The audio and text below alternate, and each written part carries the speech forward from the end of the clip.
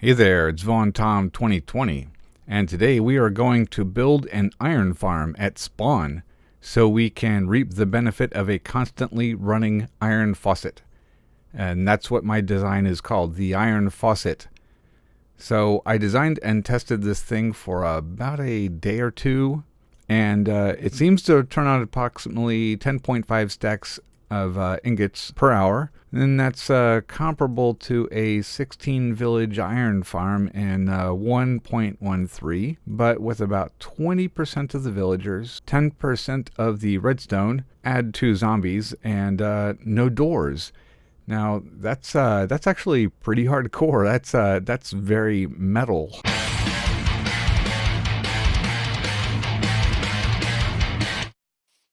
So firstly, I've chosen to build this one underground, so I'm going to start by cutting out an area where the villagers are going to be. Now, that's the first bit. You got to have some villagers. Now, most of what I'm about to tell you I got from Gnembon, and the link is going to be down below, so make sure to check out his video for a very in-depth discussion of the Iron Golem spawn mechanics and how the villagers work. Really good stuff. I learned everything there. So villagers are going to spawn an Iron Golem if they're scared by certain mobs. Zombies are going to be about the easiest to get a hold of. But only if the villagers have both workstations and beds. And even that's not enough. They have to have actually slept within the last day, and they have to have accessed their workstation within the last 2 days.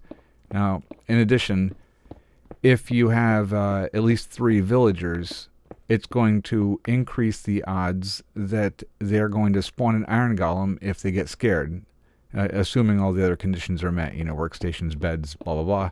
And that spawn rate, it can go up to about 90%. Now, a really cool trick is that you can have 2 sets of villagers, 3 villagers each, and 3 would be over here in one area and 3 over there in their other area, and as long as those 2 areas are at least 11 blocks apart, then you can get them to each of these 2 groups to spawn their very own golems if you can manage to scare them at about the same time. And then there's a cooldown period before they can spawn more golems, and that starts somewhere around 30 seconds after these villagers have detected the last golem within a certain distance. After the golem has passed out of their range of detection, a timer starts. 30 seconds later, they are capable of spawning another golem. So that's the interesting part. See, you only really have to scare the villagers for about 1 to 2 seconds with a zombie or something, once every 30 to 45 seconds or so. And if you do it like this, you're probably going to get approximately a 95% chance of a golem spawn. So what I did was I came up with a classic redstone hopper clock feeding into a simple pulse extender, which just temporarily unpowers a pair of pistons somewhere around 2 seconds, and that allows the villagers to come into line of sight with 2 zombies. And this would be 2 sets of villagers in slightly different areas, and boom, every single time 2 golems right there. It's perfect. Alright, that is 1 cell done, and okay, we're going to fill this in real quick. Now these slabs in the ceiling right here are meant to keep the villagers from wandering off of out of their cell, in which case they'd land in the kill chamber probably. So next we have to build another one of these and hollow out underneath it where the spawning platform for the golems is going to go. Okay, so now I've got a couple of glass contraptions built up here with sticky pistons. That is where the zombies are going to reside. And now it's time for us to lay down some torches, and then we're going to start hollowing out where the other villagers are going to go. That'll be on that wall right there in front of me. Okay, now I've just finished hollowing out the area where the iron golems are going to spawn. That's this polished granite area here. It's a 3x11 pad that's exactly 3 blocks below where the villagers are going to sit. So now what we're going to do is we are going to put down a row of dirt blocks right in front of this pad so that we can place gates Now the gates are going to keep the water in because we are going to put water on this platform to flush the golems off into our kill chamber. The kill chamber. Now this is going to be a deadfall going off that platform straight down into the area where the golems are going to be decommissioned. They're going to go down there. They're going to get scrapped for their parts, so to speak. All right, now we take the dirt away. And after we finish up over here, we need to basically repeat the exact same process on the other side of the room. Okay, so here we are. We've got it pretty much opened up, and we're building the second platform. And after this, it's going to get kind of tricky. We got to capture a couple of zombies. We got to move about 6 villagers down in here, and basically we got to hollow a huge area out where the yeah, there it is. There it is. Almost done. Just got to do some redstoning up there, capture the villagers, capture the zombie, hollow out that huge area where the decommissioning chamber is going to be. That'll be fun. Okay, so while I was down there in the mines, carving it out, WA 2020 laid a couple of kilometers of railroad track all the way from our villager breeder, the temporary villager breeder over here in front of the trading hall. She laid that rail all the way down over there to where we are going to be dropping them into the iron farm. There she is. Hey, WA. And of course we got all kind of villagers up in there. And I'm going to take the test run, so here we go. You know, we've been promising ourselves we're going to build a railroad, like a long roller coaster going through the countryside. You know, with my luck, we're going to run into a bunch of pillagers wandering around. Hey, horse, that's Spot, Horizon horse.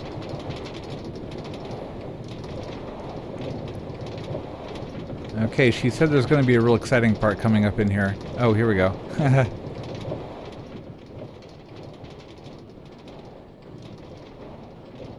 There it is. Yeah. Don't let that image haunt you at night.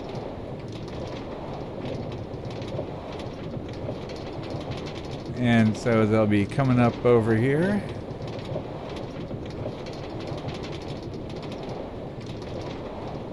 And somewhere around here, I'm going to be dropping them right into their little permanent home where they're going to be making me ingots. Almost nighttime. Okay, I'm about to fill up some water buckets and go back down there. Hey, there's WA running by, kicking up dirt. So WA came over and we hollowed out the entire kill area. Here we are. And these little blocks in the corners where I'm going to put the water that is going to flush the iron golems that fall down here. It's going to flush them into the... oh, wait a second.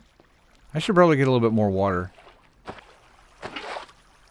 And below this room is where the collection hoppers are going to be. Now, you know, for this server, we had the idea we're going to make everything pretty. Everything was going to get skinned up. Everything was going to get nice looking. And we're still going to do that. Just place some blocks here in the corner to get these water spouts to work correctly. Okay, so I think it is 3 blocks out from the corner, and it's going to leave us with a 1x1 dry area right in the middle. And the lava is going to be floating above this. And all the iron ingots from the decommissioned iron golems get flushed in after they fall from up there. And there'll be a hopper right here in the middle that's going to collect them. The lava kill thingy is going to be a little bit rough. And try not to make cobble with my lava. And I really don't have a plan for this room down here. I'm going to have to improvise a little bit. I mean, at least for now. We just need to get the iron pouring in. We we'll have to come back after the fact and kind of pretty up this area, add the decorations, you know, make it look like something that was purposed, you know. We'll have to do that at a later point in time. Right now, we just need to get this going on. This is going to be part of the big build at spawn. It's going to be, I think, a little bit underneath the cathedral or the castle. I'm not sure. Anyway, it'll be like the foundry underneath the castle. Something like that. Okay, so now we're going to put the lava in. And this is going to be fun. So the cool thing about gates is you can use them to support lava, and I don't think that they'll catch on fire unless there is an air block above them, which is pretty cool stuff. Okay, so that's the gate that's going to hold it in place, and for the moment what we're going to do is we're going to put some stone blocks around it and a little bit of a ring. Whoops. You know, working when the water's pushing you around is always a little bit of a pain in the butt. Anyway. Another, yeah, might need this.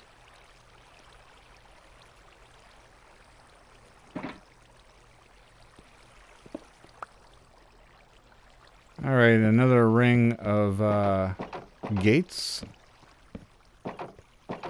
And we're going to have to put something on top of them.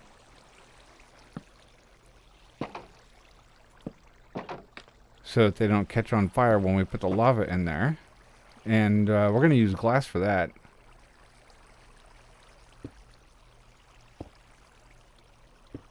There we go. Almost done. Alright, now, this should do it. Just drop a little lava in there. It keeps the room all nice and warm and cozy and well lit.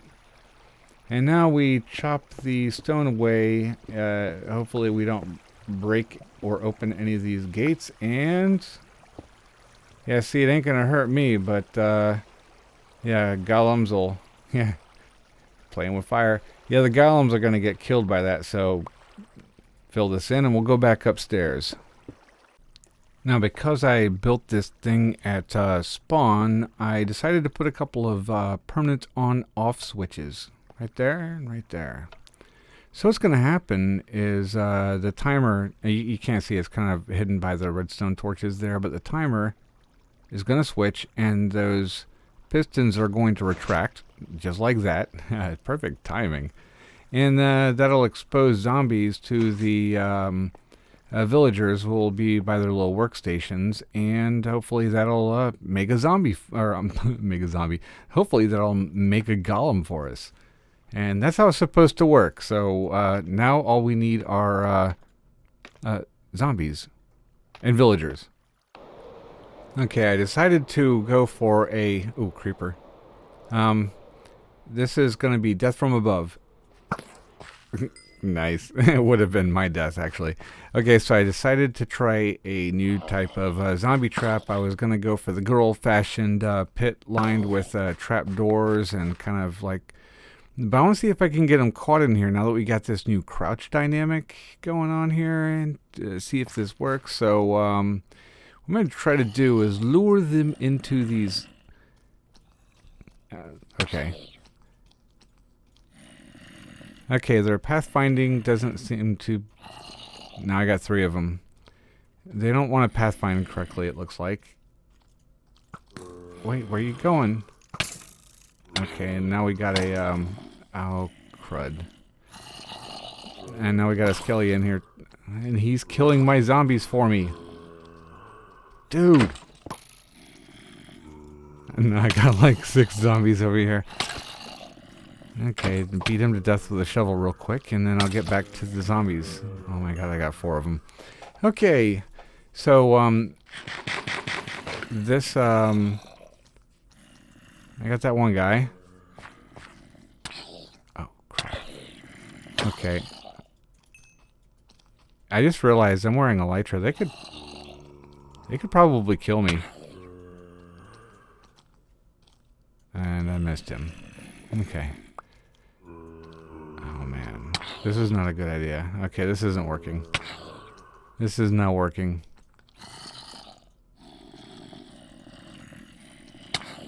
Okay, I was gonna try to dig a hole. Oh, crap. Oh, crap.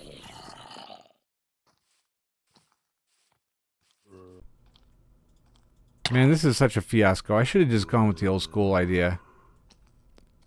Maybe if I get a little bit more distance in here. Okay, gotcha. Okay, now if I can just get these guys into mine carts, everything will be cool. Let's name these guys Jack. Jack in the Box, because they pop up. See what I did there? Anyway. Even threw him a sword, he wasn't having it. Jerk. Jack 2. Jack. There we go. It's time to get some mine carts and get these guys hooked up.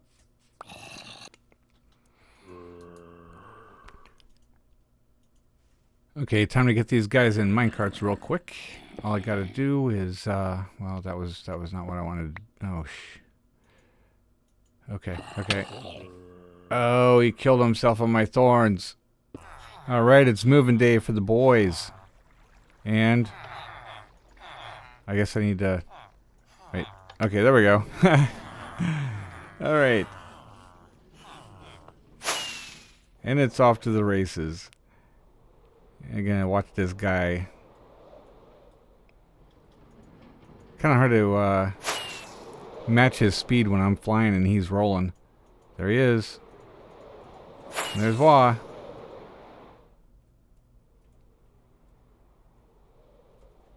Okay. I could probably just jog over there. I mean... Seriously, is sitting there wasting rockets. He's under the mountain now anyway. Let's just go over there.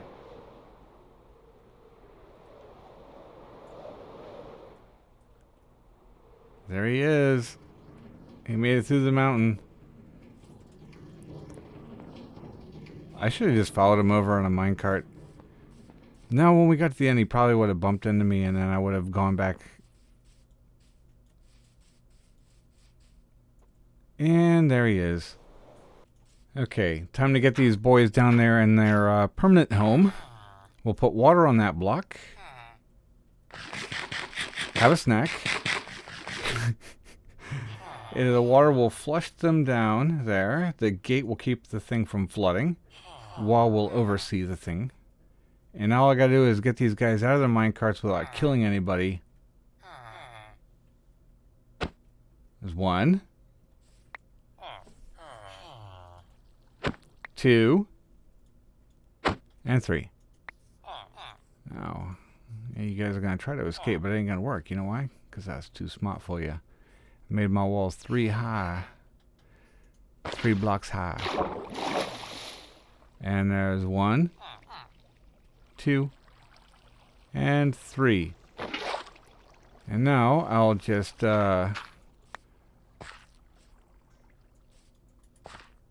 follow them in. And there they are. Okay, they're panicking. Okay.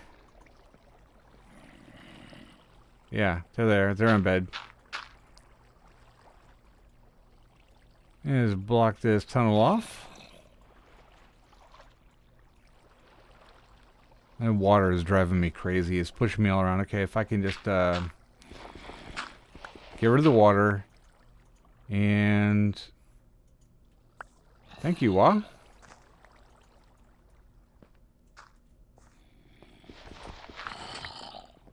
Okay, and here they come again. That was really bad timing. Yeah, and I'm the one who built the timer. Get on my face, dude. Okay. These guys are just gonna... Don't make me get the garden hose. Oh, crap. Now he's caught on the ceiling.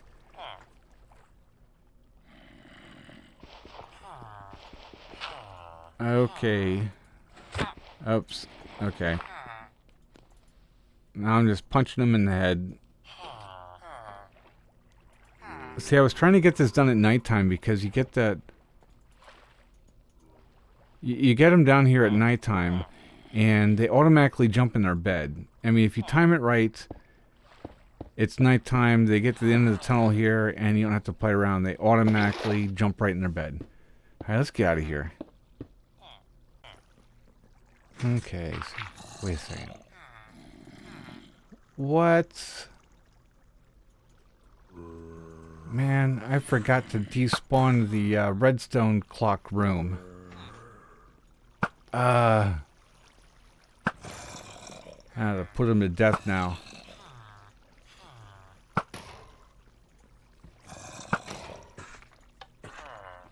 Man, this has been one thing after another. Hey there, it's 2020 Cam, doing the camera account thing, gonna see it in action. So the zombies drop down, the villagers panic, and boom, there you go. 2 iron golems coming down. And that's how it does. Success at last. So there we go, ladies and gentlemen. That's the iron farm wrapped up, and it's been a long video. So while I do the outro and give a little bit more of an explanation, I'm going to show you some footage of me and the Mighty Pen Pen and AndyTomo performing or playing around with our favorite new sport, squid diving. It's where you get a little bit of altitude on your elytra there, and you try to dive bomb death from above squid. It's fun with both sword and bow, so if it looks like fun, then give it a try. I'll go ahead and be honest, I only died twice while doing it. Yeah, missed the water. What can I say? Anyway, so firstly, I'd like to thank the SciCraft guys. I know Ilmango did a lot of early work on the iron farms with Doc M, and Works did a lot of cutting edge stuff. And Gnembon mentions 2 or 3 people in 2 or 3 people in his video that came up with some early ideas for how to get the workstations and the beds close enough that the villagers would be able to detect and use both, which was a prerequisite for spawning an iron golem.